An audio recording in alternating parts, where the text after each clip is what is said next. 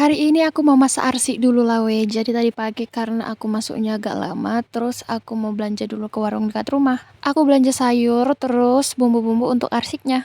Nah sampai rumah kakakku cuci ikan, terus aku siapin bumbu untuk arsiknya. Nah hari ini aku masak arsik tapi pakai santan ya weh. Bumbunya tuh sama aja cuman ditambahin santan. Kelapa parutnya itu kita blender dulu supaya santannya benar-benar keluar. Nah ini lanjut kita masak arsiknya. Pertama-tama kita masukin santan, kemudian masukin bumbu yang udah di blender tadi.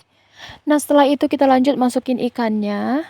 Dan ikannya wajib terendam semua ya. Kemudian ini aku tambahin garam. Terus tambahkan daun jeruk dan daun salam. Kemudian jangan lupa riasnya biar wangi. Lanjut kita masukkan kacang panjang dan bawang bata. Nah, ini kita tunggu aja sampai kering dan benar-benar masak ya weh. Dan seperti biasanya lanjut kita mencuci piring dan membersihkan dapur.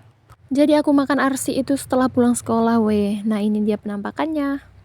Tunggu apa lagi? Mari kita sikat. Nah, ini dia enak ya weh, karena dia rasanya gurih karena pakai santan. Dan rasanya itu lebih berlemak. Nah, bayangkan aku ini sampai tambah 2 kali, apalagi ditambah ikan asin, apa nggak surga kali itu weh. Mangitir andaliman, tambah lagi ikan asin itu kriuk-kriuk omak geng, sedap nepang.